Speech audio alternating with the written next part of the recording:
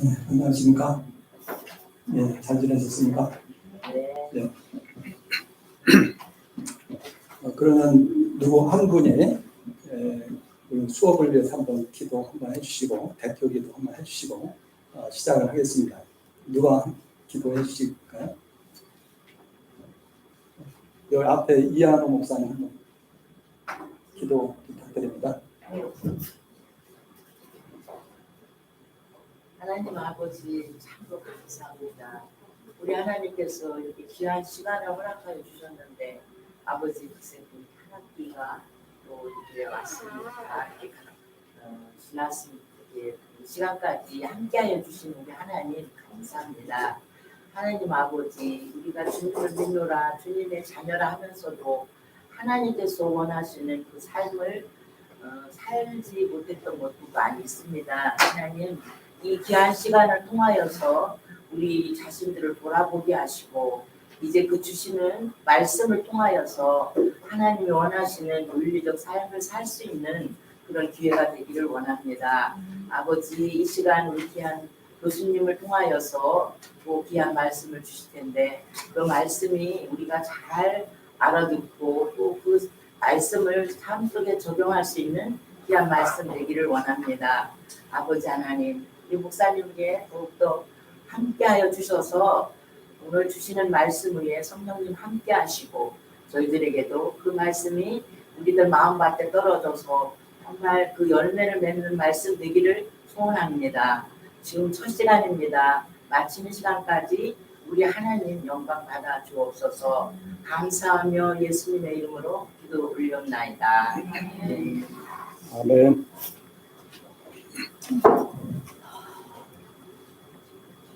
네, 감사합니다. 한 학기 동안 10주 동안 공부하느라고 수고들 많으셨죠? 네. 오늘은 그 종강 예배가 있다고 얘기를 들었는데 몇 시까지 수업을 하면 될까요? 2시 반까지 하면 됩니까? 그래요? 2시 반까지. 자, 그러면 그동안 우리가 기독교 윤리의 기초 이해에 대해서 여러 가지 내용들을 공부를 했습니다. 그런데 우리 김정수 오늘 2시 반까지 하면 됩니까? 몇 시까지 하면 될까요? 2시 40분까지. 네, 40분까지. 네, 알겠습니다. 감사합니다.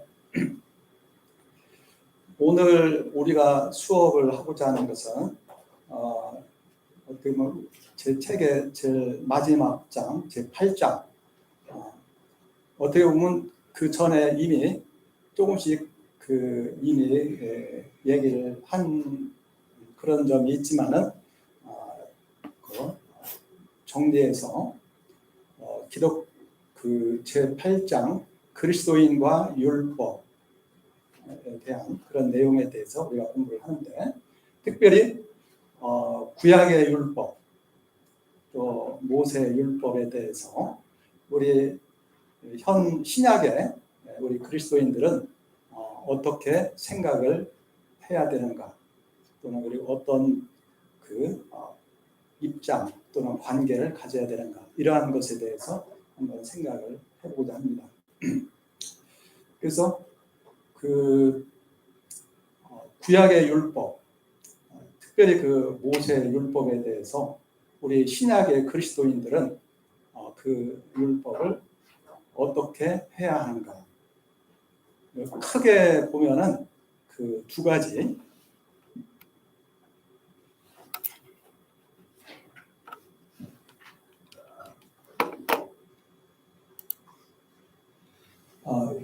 입장으로 생각을 해볼 수가 있습니다. 여기 붉은 글씨로 썼는데 첫째는 모세 율법을 신약의 그리스도인들도 그대로 다 지켜야 된다 하는데 그러한 얘기를 하는 경우도 있고 또 하나는 모세 율법은 오늘 우리 신약의 그리스도인들은 지킬 필요가 없다 하는 이제 또 그런 입장이 있습니다.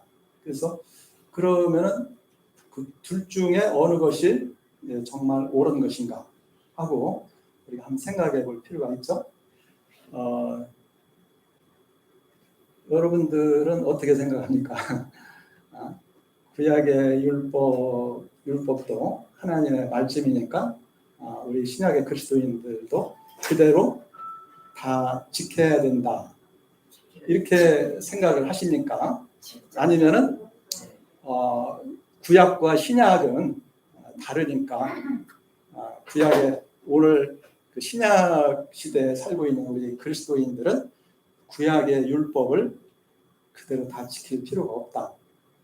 우리는 예수님을 믿고 예수님의 은혜로 예수님을 믿음으로 살면 되는 것이지 구약의 율법을 우리가 지킬 필요가 있느냐 이렇게 또 생각을 얘기를 하기도 합니다.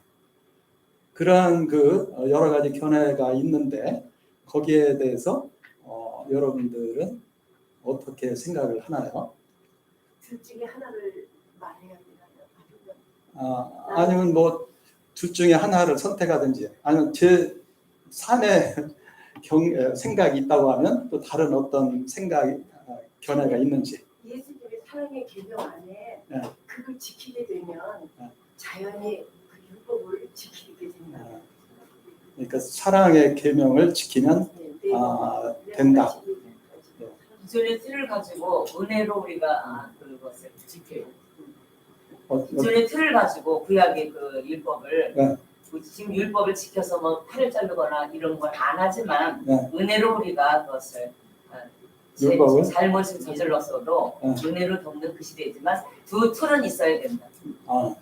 구약의 그 기본 틀은 지키되 더 강화된 법이잖아요. 은혜로 지켜야 된다. 더 강화된 법이죠 사실. 그래요. 아주 여러분들이 굉장히 지혜로운 것 같아요. 율법을 사랑으로 완성하러 오셨다. 사랑을 실천하자. 오시러 온 게 아니라. 그래. 아주 굉장히 지혜롭게 잘 얘기를 하시는 것 같아요. 솔직히 이 두 가지는 둘 다 문제가 있죠. 구약의 율법을 물론 하나님의 말씀에 속하죠. 율법도. 그렇죠? 하나님이 주신 거잖아요. 구약 성경에 기록되어 있고. 그렇기 때문에 하나님의 말씀이기 때문에 그대로 다 지켜야 된다. 어떻게 생각하면 맞죠? 하나님의 말씀인데. 그리고 그런데 또 그걸 그대로 오늘날 우리가 다 지킬 수가 없죠. 구약에 특히 성전에서 제사를 드리라고 한 거라든지 구약의 그 율법에 요새 절기를 지키라든지 음식을 구별해서 먹으라든지 그걸 오늘 우리가 할 수가 있는가요? 할 수도 없죠. 성전에서 우리가 제사를 드릴 수도 없고 또 신약 성경에 보면은 예수님이 친히 그 십자가에 죽으시고 부활하셨는데 구약의 그 짐승을 가지고 피를 흘려서 제사를 드리는 그것을 할 필요가 없다. 그게 이제 신약에서 하는 가르치는 말씀 중에 하나 중요한 말씀이잖아요. 특히 히브리서 같은 데에서 그러죠. 그러니까 어떻게 보면은 두 번째가 맞는 것 같아요. 구약의 율법을 오늘 신약 시대에 우리가 어떻게 그걸 다 지키냐? 지킬 수가 없다. 또 우리는 새로운 언약, 새 언약에 우리는 속해 있기 때문에 구약의 율법은 우리가 지킬 필요가 없는 것이다. 이렇게 또 생각할 수도 있는 거예요. 또 그 말도 또 나름대로의 또 여러 가지 또 타당한 근거를 가지고 있는 것 같은 그런 측면도 있습니다. 그래서 이 두 가지를 가지고 생각하면은 첫 번째 거 같기도 하고 두 번째 거 같기도 하고 어떻게 해야 될까 고민스러운 점이 많아요. 그래서 이것을 우리가 어떻게 잘 생각을 해야 될까 굉장히 중요한 문제 중에 하나라고 생각을 합니다. 그래서 저도 나름대로 좀 고민을 하고 또 여러 학자들의 또 얘기도 좀 읽어보기도 하고 그렇게 한 결과 제 나름대로 정리를 했는데 어떻게 보면 제가 개인 갑자기 이런 얘기를 하는 것은 아니고 또 그 선대 그 학자들이 얘기를 한 그런 측면이 있는데 그걸 어떻게 보면 좀 제가 다시 잘 정리를 한번 해본 그런 그 측면이 있다 이렇게 한번 생각을 하고요. 그래서 우선 그 첫 번째 견해하고 두 번째 견해의 근거 그리고 문제점을 나름대로 좀 한번 성경을 중심으로 좀 생각을 해봤거든요. 그래서 그 내용을 책에는 좀 더 자세하게 있는데 간략하게 먼저 그걸 보도록 하겠습니다. 먼저 첫 번째 견해. 모세의 율법을 그대로 다 지켜야 된다. 네, 근거. 그것의 첫 번째. 아까도 말씀드린 바와 같이 구약의 율법도 하나님의 계시의 말씀이다. 맞죠? 하나님께서 주신 말씀이잖아요. 특히 모세의 율법이라고 하면 십계명을 비롯한 그 출애굽기, 레위기, 민수기, 신명기 그 모세 오경에 있는 그 주로 율법이 많이 나와 있죠. 그러한 내용들. 그 다음에 두 번째, 이것을 조금 더 자세히 보기 위해서 제가 손글을 좀 적어가지고 왔어요. 디모데후서 3장 16절. 우리가 잘 아는 내용이죠. 바울이 디모데에게 권고하면서 그랬어요. 모든 성경은 하나님의 감동으로 된 것으로 교훈과 책망과 바르게 함과 의로 교육하기에 유익하다. 모든 성경, 여기서 얘기하는 모든 성경, 구약 성경을 가리키죠. 모든 성경은 하나님의 감동, 영감에 의해서 기록된 것이다. 그러니까 그 말씀은 이 율법도 모세 율법도 하나님의 감동, 영감에 의해서 기록된 하나님의 말씀이다. 그러니 지켜야지. 이렇게 이제 얘기를 하는 거죠. 두 번째, 여기서 두 번째는 구약은 그 자체가 율법을 철저히 지키라고 한다. 구약에서 많이 듣죠. 우리 대표적인 것으로 신명기 28장. 모세가 이스라엘 백성들 앞에 그 율법을 다 가르치고 다시 한번 얘기하고 나서 이 모든 말씀을 너희가 들었으니 이 말씀을 너희가 잘 지키면 들어와도 복을 받고 나가도 복을 받고 세계 모든 민족 위에 뛰어난 민족이 되고 어느 누구도 너희를 당할 자가 없을 것이다. 그러나 너희가 이 말씀을 지키지 아니하면 큰 벌을 받는 저주를 받는다. 그런 내용을 우리가 보게 됩니다. 그다음에 그러니까 하나님의 말씀으로서 철저히 지켜야 된다. 세 번째, 신약에서도 예수님 자신이 마태복음 5장 17절 이하에 내가 율법이나 선지자를 폐하러 온 줄로 생각하지 말라. 내가 율법이나 선지자를 폐하러 온 것이 아니라 완전하게 하기 위해서 왔다. 하면서 율법을 다 지켜야 된다고 했어요. 율법의 1.1획도 그냥 사라지지 않고 그대로 다 이루리라. 심지어는 제자들에게 너희의 의가 서기관과 바리새인보다 더 낫지 아니하면 결단코 천국에 들어가지 못한다. 겁나는 말 아닙니까? 바리새인 서기관보다 더 나아야 된다. 그렇게 얘기를 했어요.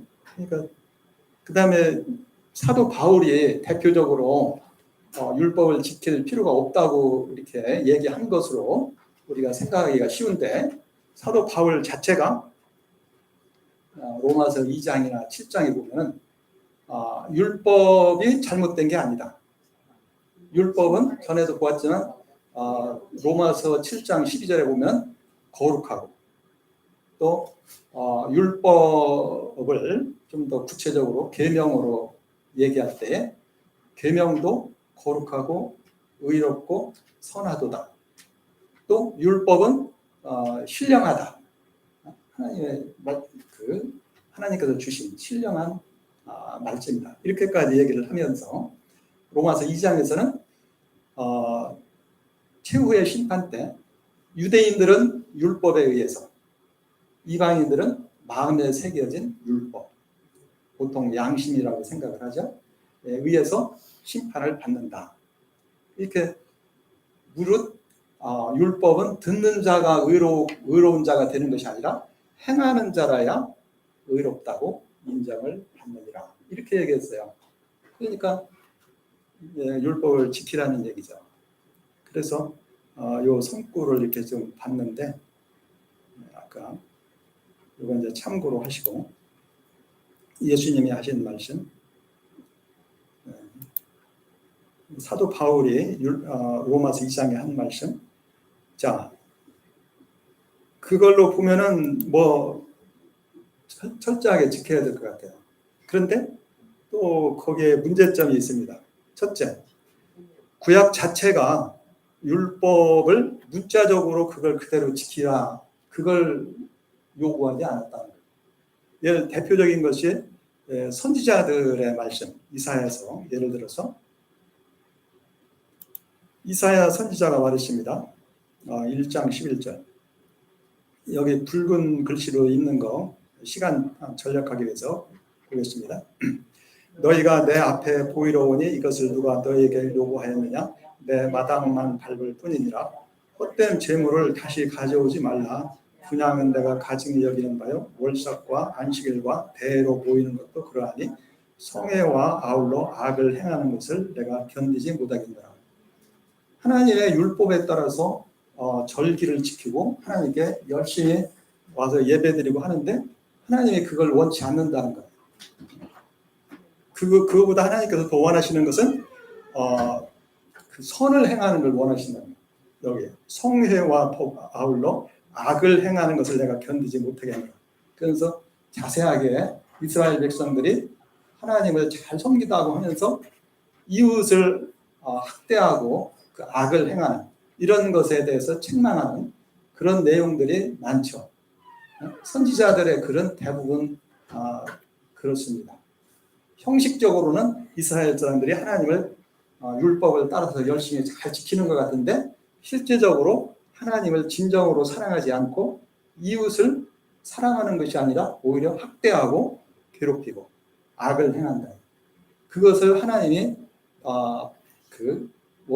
기뻐하지 아니해서 오히려 심판하신다. 이스라엘 백성을 심판하신다. 그렇게 얘기를 하십니다. 그러니까 율법을 문자를 따서 형식적으로 지키는 것은 그걸 원하는 것이 아니다. 그렇게 얘기해요. 그 다음에 여기 그냥 쭉쭉 나가겠습니다. 두 번째, 예수님도 아까 말씀하신 거 보면은 율법의 1.1회까지도 다 그냥 문자적으로 지키라고 하신 것 같잖아요. 근데 예수님 말씀을 잘 보면은 꼭 그렇지가 않아요. 예를 들어서 같은 산상보훈에서 오히려 너희는 살인하지 말라고 하는 말을 들었지만 나는 너희에게 말하노니 내 형제를 보고 욕을 한다든지 또 다른 사도 요한도 보면 형제를 미워하면 그건 살인하는 것이다. 기타 간음하지 말라, 도적질하지 말라, 거짓 맹세하지 말라 이런 거 있지만은 보다 더 중요한 것은 너의 마음에서부터 그런 생각을 가지고 있으면 벌써 그건 죄를 지은 거다. 이렇게 얘기를 하시는 거예요. 어떻게 보면은 예수님의 말씀이 더 어려워. 그냥 율법을 지키는 것보다 예수님은 마음 중심을 보시는 거야. 그러니 어떻게 보면 형식적인 것은 억지로라도 이렇게 할 수가 있어요. 억지로 그냥 11조도 내고 어떤 규칙을 지키고 이렇게 할 수가 있는데 마음 중심에서부터 진정 하나님을 사랑하고 내 이웃을 진정 내 자신과 같이 사랑하고 그건 억지로 안 되잖아요. 어떻게 흉내는 낼지 몰라요. 그러나 정말 마음이 진정으로 사랑해야 그게 진정 사랑하는 거라. 예수님이 보실 때. 그러니까 어떻게 보면 예수님의 말씀이 어떻게 보면 더 어려워요. 또 그러니까 예수님도 그 바리새인과 서기관들을 또 책망을 하셨어요. 얼마나 많이 책망을 하셨는지. 특히 마태복음 23장 같은 데 보면은 외식하는 서기관, 바리새인 얼마나 무섭게 책망을 하셨는지. 외식한다는 건 위선. 그러니까 형식은 누구보다도 철저하게 율법을 잘 지킨다 이거. 그러나 그 속은 시체가 가득해서 부패한 냄새가 난다. 그러면서 예수님께서는 너의 마음을 먼저 깨끗하게 해야 이 몸도 깨끗하게 된다. 마태복음 15장.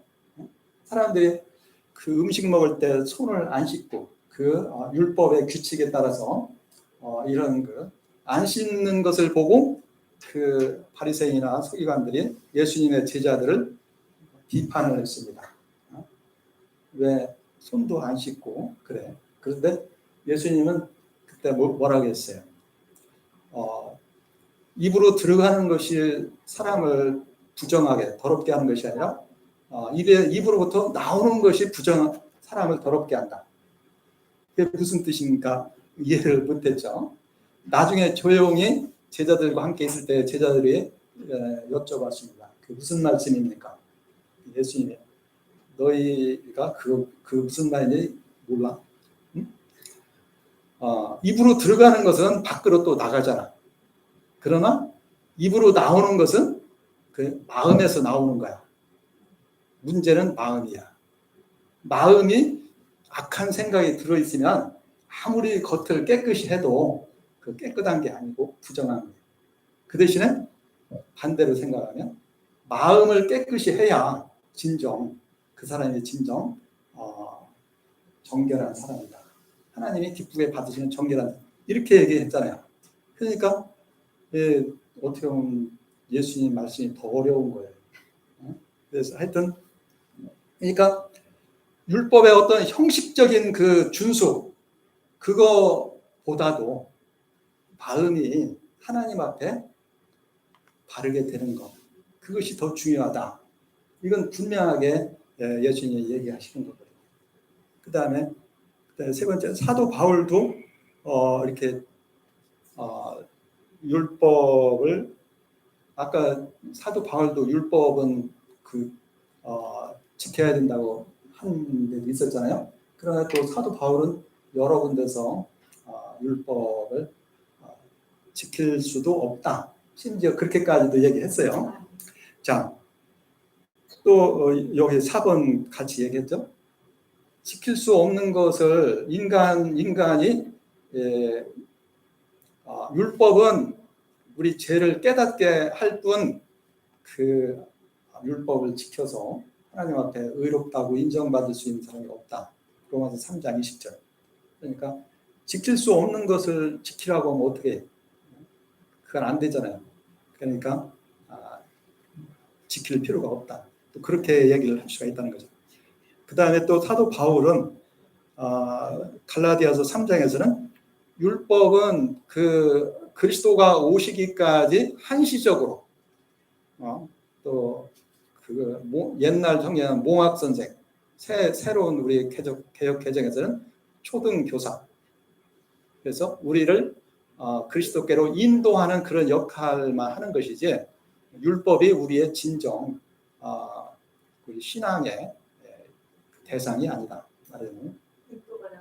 네, 그렇지. 한시적이다. 이렇게 얘기를 했어요. 그리고 또 아까도 얘기했잖아요. 실제적으로 오늘 우리 그 이방인들인 우리들이 그 구약의 이스라엘 사람들에게 주신 그 모든 율법을 다 지킬 수가 없잖아요. 성전도 없고 할 수도 없죠.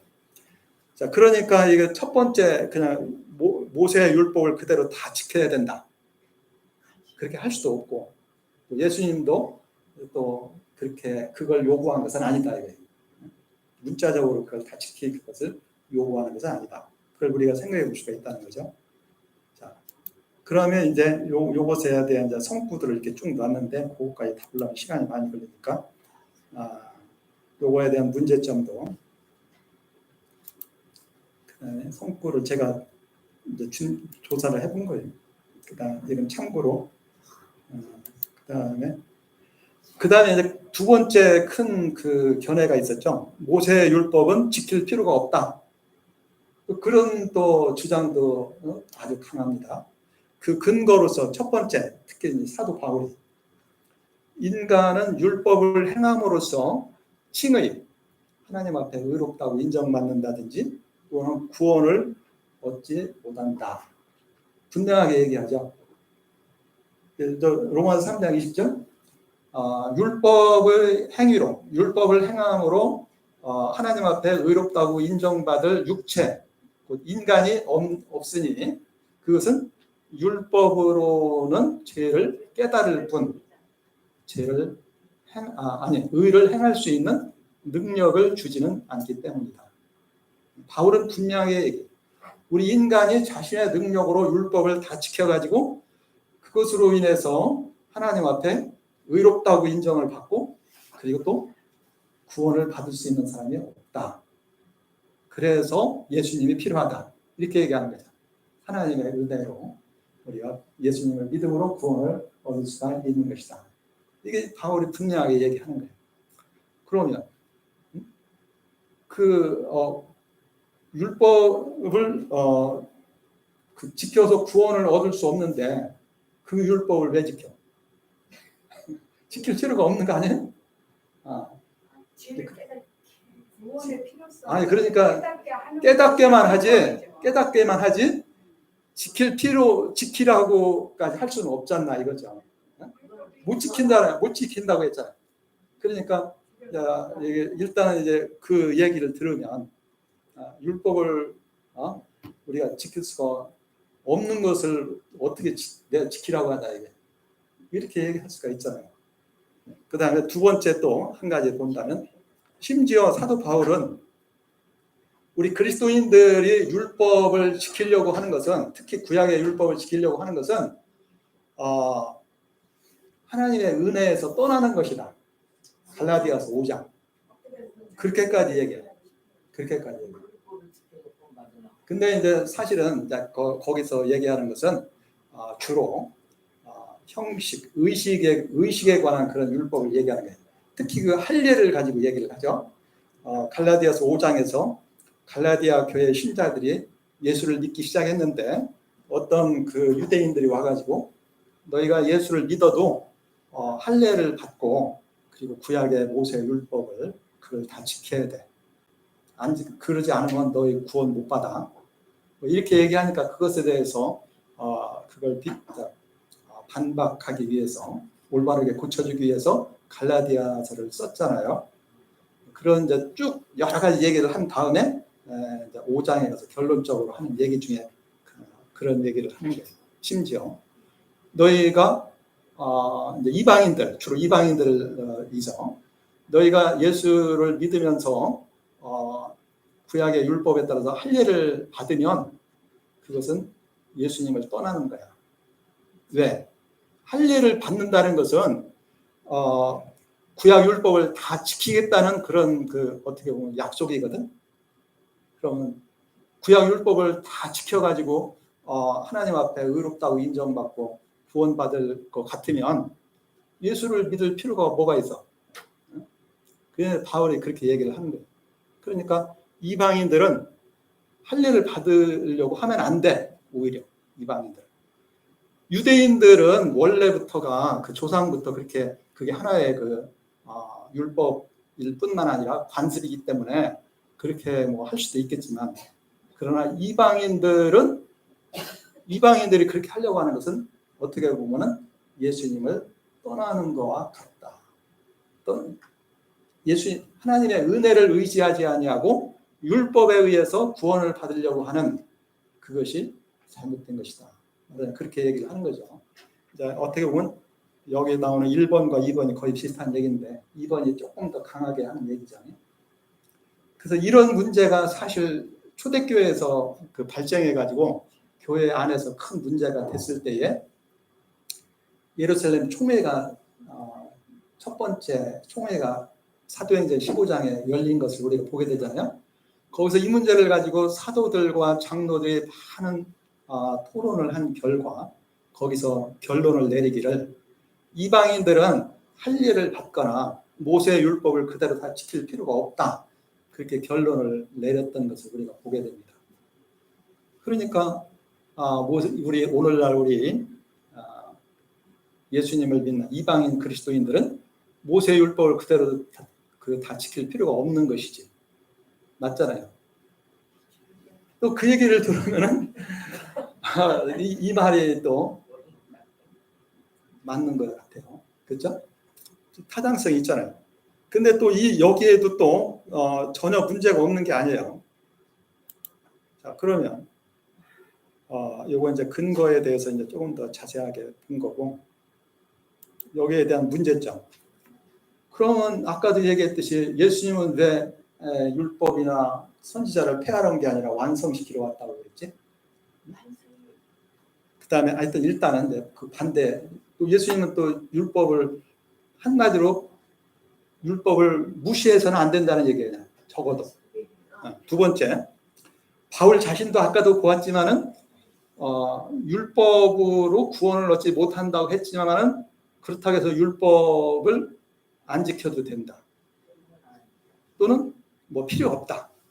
그렇게 얘기하지는 않았다 이거예요. 아까 얘기한 로마서 2장에서 율법은 심판의 기준이 된다. 그리고 로마서 7장에서는 율법은 거룩하고 의롭고 선하다. 율법이 잘못이 아니다. 이거. 율법이 문제가 있는 게 아니다. 이렇게 얘기해요. 그러니까 여기서 얘기하는 그 율법은 형식적인 것보다는 그 율법의 그 근본 정신을 가지고 하는 얘기입니다. 율법의 근본 정신을 가지고 볼 때에 율법이 잘못된 것이 아니다. 그 다음에 아까 요거 있어요. 모세 율법은 잘못된 것인가? 이게 이제 로마서 7장 얘기인데 바울이 한마디로 그럴 수 없느니라 얘기했죠. 그래서 그리고 또 바울이 또 다른 데 가면 예를 들어서 디모데 전서라든지 이런 데 보면 율법은 잘 활용하면 그게 유익하다. 아까 디모데 후서 3장 16절에는 그 의로 교육하기에 유익하다. 또 이렇게 얘기를 하는 거예요. 그러니까 물론 뭐 그걸 지켜서 구원을 얻는 것은 아니지만 그렇다고 해서 율법이 다 필요 없다. 무시해도 된다. 그렇게 얘기한 것은 아니다. 율법에 매일 정리되지 않아요. 우리가 그게 예, 그렇죠. 예, 예수님의 그래. 예, 맞아요. 자, 그래서 그러면 이거 어떻게 해야 돼? 1번은 타당성이 있는 것 같은데 또 문제도 있고 2번도 맞는 것 같은데 또 그냥 그대로 그냥 또 율법을 무시할 수도 없고 그럼 어떻게 해야 돼? 오늘 우리 그리스도인들은 어떻게 해야 됩니까? 그래서 이걸 가지고 이제 그 학자들이 종교개혁 시대에 그때부터 벌써 이 내용에 대해서 얘기를 이렇게 한 것이 있습니다. 그래서 그걸 좀 굉장히 우리에게 도움이 된다고 생각을 해요. 어디까지 나오나? 문제점 제가 얘기했죠. 그다음에 제3의 길. 이게 우리들이 택해야 될 길이 아닌가. 율법을 그대로 지킬 수는 없습니다. 그렇다고 율법을 무시할 수도 없어요. 아까 얘기한 듯이. 그래서 결국은 그냥 결론적으로 얘기하면 우리가 율법의 정신은 지켜야 된다. 율법의 정신. 율법을 문자 그대로 다 지킬 수는 없어요. 오늘 그리스도인들이. 그러나 그렇다고 해서 율법을 무시할 수가 없습니다. 하나님의 말씀으로서 우리는 율법의 근본 정신 그것을 바로 알고 그 정신을 지켜야 된다. 이것이 결론이다. 이렇게 얘기할 수 있을 것 같아요. 자, 그러면은 요 내용을 조금 더 자세하게 보면 그 율법의 정신을 지키면은 사도 바울이 그랬어요. 율법의 정신이니 그러면 율법의 정신은 뭡니까?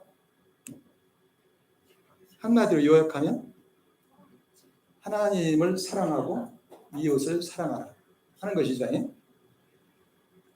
우리가 그 계명을 지키면 모든 율법을 다 지키는 것이다. 바울이 그렇게 얘기해요.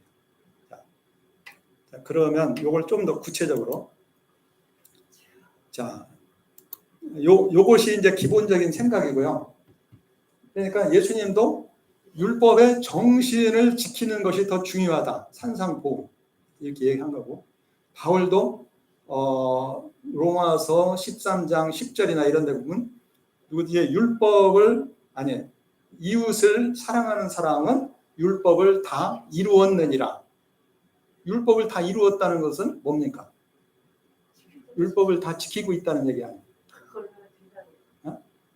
그러니까 하나님을 사랑하고 이웃을 사랑하는 사람이 정말 율법을 제대로 지키는 거예요. 그거야말로 제대로 지키는 거다. 문제는 우리가 어떻게 정말 하나님을 사랑하고 이웃을 사랑할 수 있을까? 이게 문제예요. 그게 문제. 그러니까 구약 성경도 그렇고 신약도 그렇고 구약에서도 율법을 지키되 율법의 정신을 지키라고 한 거예요. 자, 율법의 정신을 바로 알고 지키라. 이사야 선지자가 한 얘기가 그겁니다. 선지자들이 한 얘기가 그거예요. 그러니까 구약 시대에도 율법을 지키라고 그냥 이렇게 얘기를 했는데 그건 그냥 형식만 지키라고 한 얘기가 아니라 율법의 근본 정신이 뭔지를 알고 지키라고 한 거예요. 구약에서도 사실은. 그런데 사람들이 정신을 잊어버리고 형식만 지킨 거예요. 그래서 그걸 잘못됐다고 얘기한 거예요. 구약에서도. 십계명이나 이런 것을 얘기할 때에 그것은 율법의 근본 정신을 바로 알고 그 정신을 가지고 그 율법을 지키라는 얘기예요. 형식만 지켜도 된다 그런 뜻이 아니고. 근데 사람들이 정신을 잊어버리고 형식만 지키면서 내가 율법을 잘 지키고 있지 그렇게 생각을 한 거예요. 그러니까 그것을 비판한 겁니다. 그러니까 구약에서도 율법을 지키되 율법의 근본 정신을 바로 알고 지켜라. 사실은 그렇게 얘기한 거예요. 근데 사람들이 그걸 그 정신을 잊어버리고 형식만 지키면서 율법을 잘 지키고 있다고 착각을 한 거예요. 그것을 비판을 했던 거예요. 신약에서도 신약 시대에도 아까 저 바리새인 서기관들이 누구보다도 율법을 잘 지켰지만 마찬가지로 형식을 열심히 지킨 거예요. 율법의 근본 정신은 잊어버려요. 그러니까 어떻게 해요? 예수님을 죽이는 거야. 예수님을 죽이는 거야. 율법의 근본 정신이 뭔지를 우리가 바로 알고 지켜야 돼. 그것은 구약에서나 신약에서나 마찬가지예요. 그리고 율법의 근본 정신은 최고의 계명. 하나님을 사랑하되 마음을 다하고 뜻을 다하고 성품을 다하여 주 너의 하나님을 사랑하라 했으니 이것이 크고 첫째 되는 계명이고 둘째는 그와 같으니 내 이웃을 내 자신과 같이 사랑하라. 모든 율법과 선지자는 여기에 다 걸려있다. 이게 율법과 선지자의 강령이다. 그렇게 예수님도 그렇게 얘기를 하셨던 겁니다. 그러니까 예수님의 산상보훈을 얘기한 것은 거기서도 마찬가지로 그 예수님 그 당시에 바리새인 서기관들이 율법을 열심히 지킨다고 했지만 실제적으로 너무 형식만 지킨 거예요. 율법의 근본 정신을 잊어버리고. 그러니까 예수님이 그걸 비판해서 위선이라고 했고 그리고 내 마음에서부터 하나님을 진정 사랑하고 이웃을 사랑해야 된다. 그게 산상의 보훈입니다. 문제가 있습니다. 그게 안 된다는 거예요. 우리 인간의 능력으로 아까도 말씀드렸죠. 오히려 형식을 지키는 건 할 수 있어요. 억지로. 억지로라도 형식을 지키는 건 할 수가 있어요. 근데 진정 마음으로부터 진정 하나님을 사랑하고 내 이웃을 사랑하는 것은 그건 안 되는 거라. 그게 형식적으로 됩니까? 마음이 진정으로 사랑해야 되는데 바울이 그걸 지적한 겁니다. 그래서 예수님도 마찬가지. 그러니까 사도 바울이 로마서 7장에서 얘기한 것은 율법이 문제가 아니라 사람이 문제라는 거예요. 사람이. 그것을 지킬 수가 없는 우리 인간이 문제다. 인간성. 그게 이제 아담 이후로 우리가 죄의 종이 되어서 타락한 그런 그 인간성을 가지고 있기 때문에 율법을 통해서 하나님이 무엇을 원하시고 무엇을 기뻐하신다는 걸 알면서도 몸이 안 따른다는 거예요. 그냥 쉽게 얘기해서 몸이 안 따른다. 내 육신이 약하도다. 이렇게 얘기를 해요. 그러니까 그러면 어떻게 해야 되느냐? 예수님을 믿어야 된다는 거죠. 예수님을 그러니까 유대인들은 율법을 지키려고 열심히 노력하는 건 좋은데 그걸 할 수 없는 것을 하려고 한 거야. 자기 인간적인 노력, 열심으로 열심히 노력하면은 지킬 수 있으리라고 생각하고 열심히 노력했어. 얼마나 열심히 노력했는지 규칙이 그냥 수없이 많은 그 규칙을 다 지키려고 한 거라. 문제는 마음이 변해야 된다는 거예요. 마음이. 아무리 그 애를 써도 근본적으로 마음이 변하지 않으면은 안 된다는 겁니다. 그리고 그것은 율법을 지키는 게 아니에요. 진정으로 율법을 지키려면 먼저 우리 인간성이 변해야 돼. 우리 마음이 변해야 돼. 근데 그것은 인간 스스로의 노력으로 안 된다는 거라. 오직 무엇에 의해서 가능해요? 예수님을 믿음으로 가능하다는 거라. 그게 로마서 8장입니다. 예수님을 믿으면 제가 전에도 여러 번 얘기했지만 어떻게 되냐. 예수님이 바로 하나님의 아들 그리스도이신 것을 우리가 알고 믿으면 첫째, 죄 용서받고 그 다음에 우리가 단순히 죄 용서만 받는 것이 아니라 우리는 예수님과 하나가 되는 거야. 연합이 돼. 그래서 우리는 예수님과 함께 죽고 예수님과 함께 다시 살아. 새 사람이 되는 거예요. 우리가 예수님과 함께 죽는다는 것은 우리의 옛사람, 나중심의 옛사람이 예수님과 함께 죽은 거예요. 그리고 내가 예수님과 함께 다시 산 것은 우리가 새 사람으로서 하나님의 자녀로서 하나님의 성품을 가진 새 사람으로서 다시 살아난 거예요. 그것을 다른 말로 중생이라고도 하고 또 여러 가지 표현을 하는데, 자, 우리가 새 사람이 된다.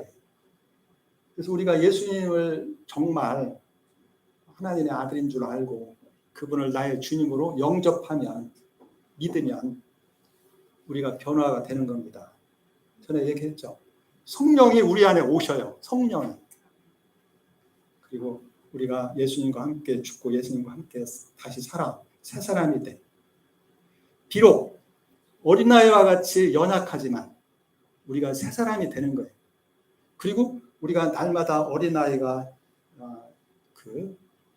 이렇게 성장을 해서 장성한 사람이 되듯이 우리가 성장해서 예수님을 닮은 그런 거룩하고 의롭고 선한 사람이 된다고 했잖아요. 그게 이제 그래서 가능한 겁니다.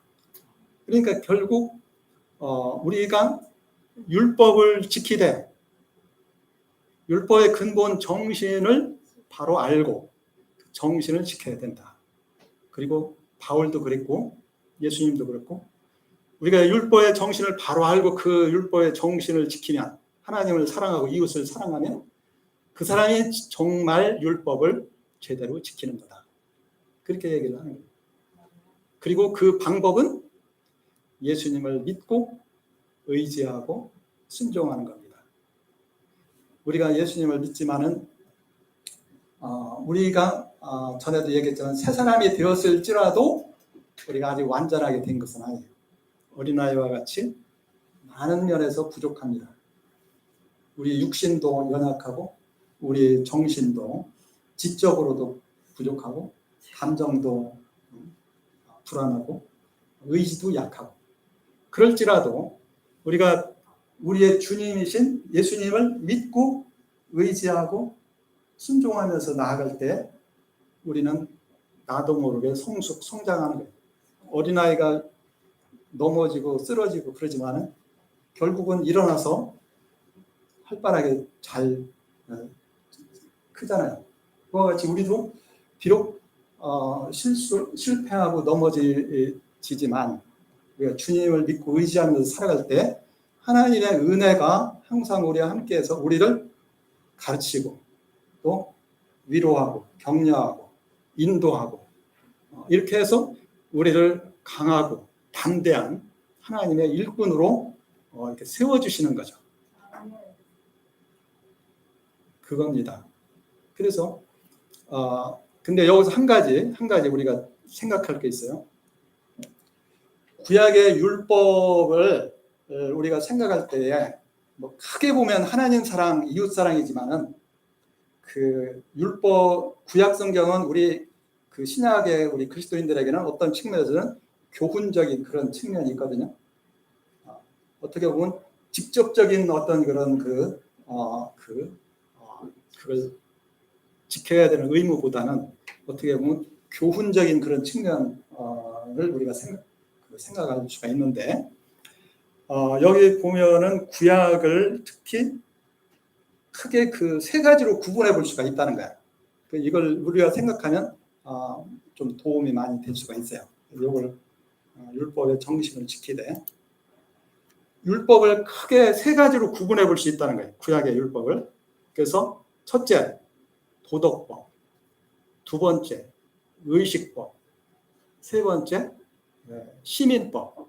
세 가지로 구분해서 그것을 그 의미를 우리가 잘 생각해 볼 필요가 있어요.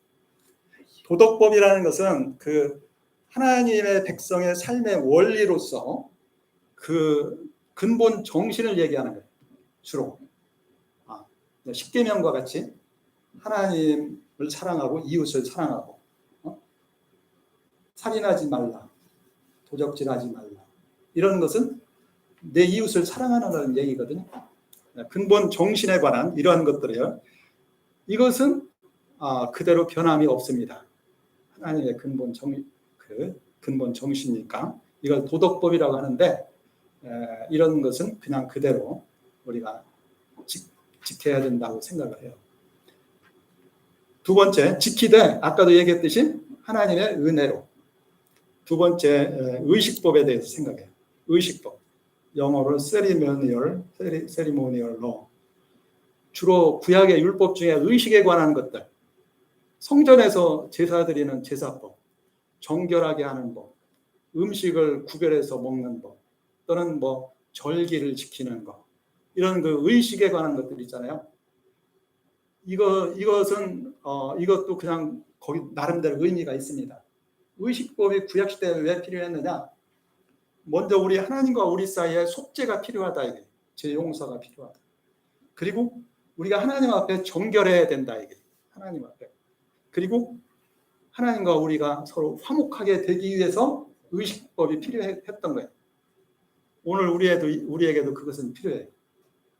날마다 죄 잘못하는 것에 대한 용서받고, 그리고 정결하게 돼 세상 죄에서 구별이 되고, 그리고 하나님과 날마다 화목한 그런 상태에서 살아가야 되잖아요.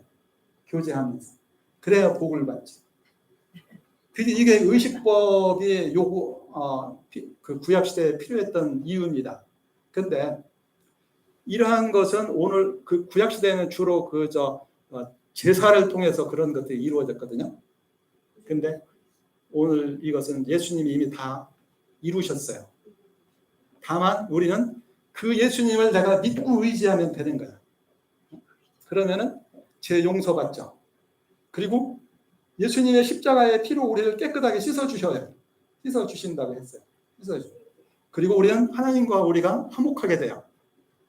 예수님을 믿고 의지함으로써 이게 이루어지는 거예요. 대표적으로 요한일서 1장 9절.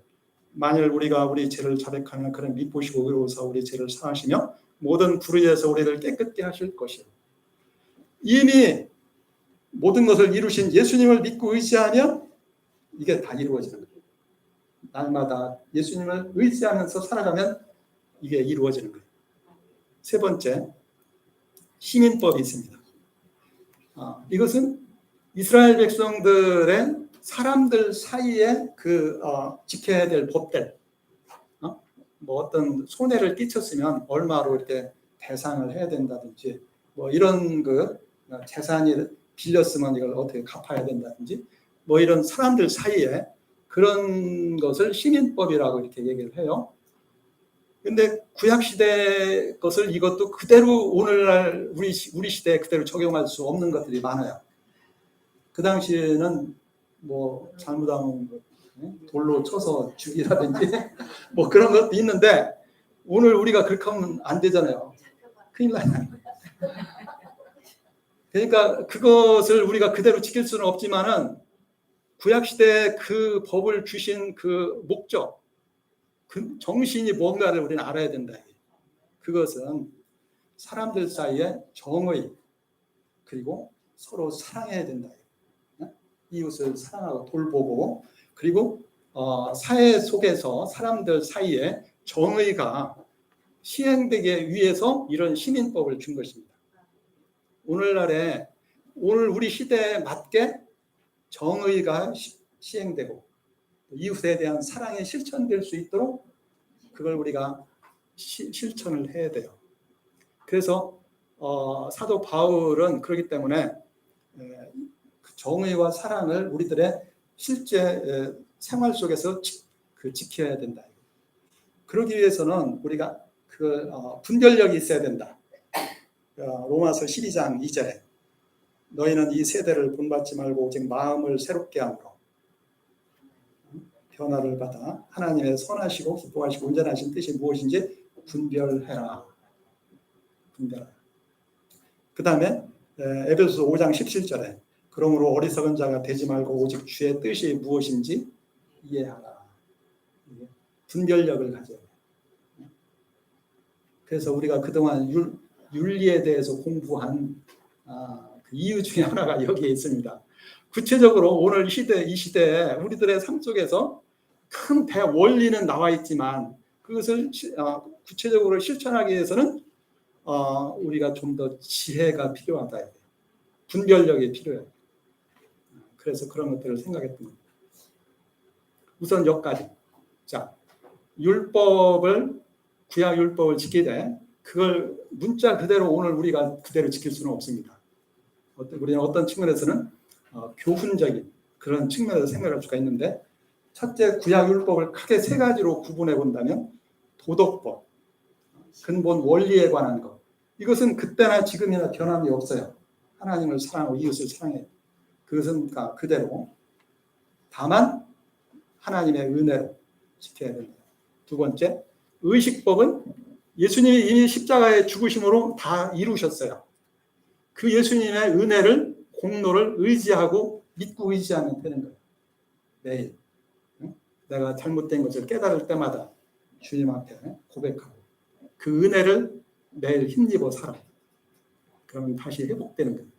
그리고 시민법은 우리들의 실제 날마다의 삶 속에서 어떻게 하는 것이 하나님이 기뻐하시는 그런 뜻인가, 정의와 사랑을 실천하는 그런 것을 구체적으로 우리가 분별하면서 해야 된다. 그리고 이 모든 것은 중요한 거예요. 하나님의 은혜로. 그러니까 우리가 하나님의 은혜는 처음 예수님을 믿을 때만 필요한 게 아니에요. 우리들의 날마다의 삶 속에서 하나님의 은혜가 필요한 거예요. 십자가의 은혜도 우리가 날마다 잘못을 부족하고 연약하고 그렇기 때문에 잘못을 할 때마다 십자가의 은혜로 다시 씻음 받고 회복되는 거예요. 그리고 하나님의 뜻을 분별하기 위해서 기도해야 돼요. 하나님이 주시는 그 은혜를 힘입어서 이웃을 사랑하고 하나님을 사랑하면 그 사람이 정말 율법을 행하는 것이다. 사도 바울의 얘기. 그 무슨 말인지 알겠죠? 율법을 지키되 율법의 근본 그 정신이 무엇인가를 바로 알고 그 정신을 지켜야 된다. 다만 하나님의 은혜에 의해서 지켜야 된다. 혹시 여기까지 질문 있습니까? 그러면은 우리가 그동안 한 학기 동안 공부를 했는데 여러 가지 공부했습니다. 첫째, 상기시키기 위해서 한번 내가 물어보겠어요. 윤리의 기본 그 개념과 목적 생각이 나는 거예요. 윤리란 기본적으로 어떻게 살 것인가. 그래서 그 삶의 원리, 규칙 이런 것을 의미하고 목적은 우리 인간이 함께 잘 살기 위한 거기에 근본 목적이 있었다 하는 것을 생각했습니다.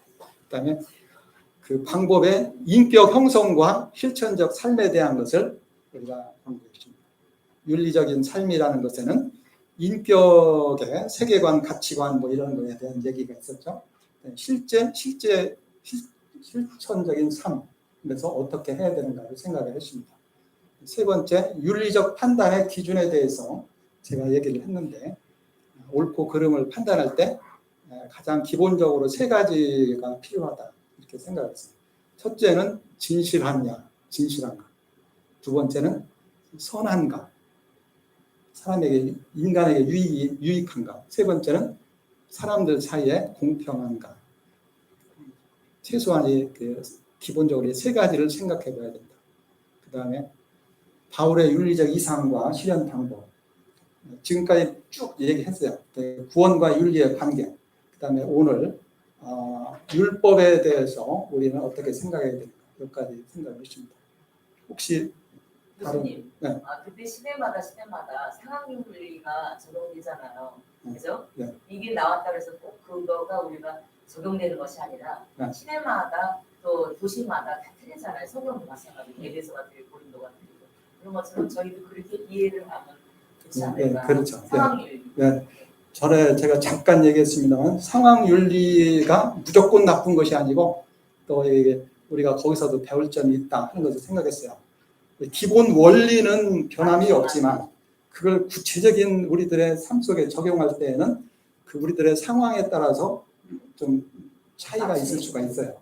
근데 상황윤리가 그 비판을 받는 것은 상황이 너무 그게 중요시 돼가지고 상황이 기준이 돼서는 안 돼. 기준은 변함이 없지만. 제가 목회를 해보니까 사람들이 율법은 이제 폐에 따라서 없애자는 그걸 안 지켜도 된다 이런 경우 은혜로 하니까 마음대로 사는 경우가 많아요. 예. 그러니까 저 같은 경우는 기차 레일처럼 율법도 은혜도 필요하다는 것을 예. 말하거든요. 그렇죠. 그러니까 하여튼 하나님의 기준은 변함이 없다. 그러나 그것을 실제 우리들의 구체적인 삶 속에 적용할 때에는 거기에는 많은 그 노력이 필요해요. 기도가 필요하고 그 지혜도 필요하고 그 실제적으로 그걸 실천하는 것은 그렇게 쉽고 간단하지가 않다. 그런 것을 우리가 생각을 해봅니다. 윤리 자체가 그렇게 쉽고 간단하지가 않은 그런 측면이 있어요. 그래서 우리는 항상 하나님을 믿고 의지하고 기도하면서 하나님의 그 지혜를 구하고 뜻을 구하고 그것을 행하고 실천할 수 있는 은혜와 능력을 구하면서 살아야 된다. 그것을 생각을 합니다. 그럼 여기까지 하고 일단 제가 기도하고 마치겠습니다. 하나님 아버지 감사합니다. 한 학기 동안 기독교 윤리의 기본적인 내용들에 대해서 우리가 생각해 볼 수 있는 귀한 시간들을 갖게 해주신 것을 감사합니다.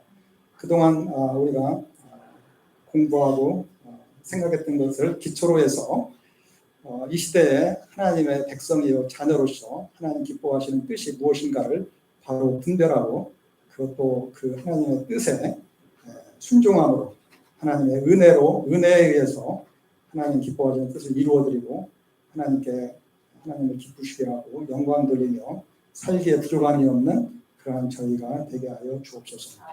감사드리옵고 예수님의 이름으로 기도하옵나이다. 아멘. 감사합니다. 고맙습니다.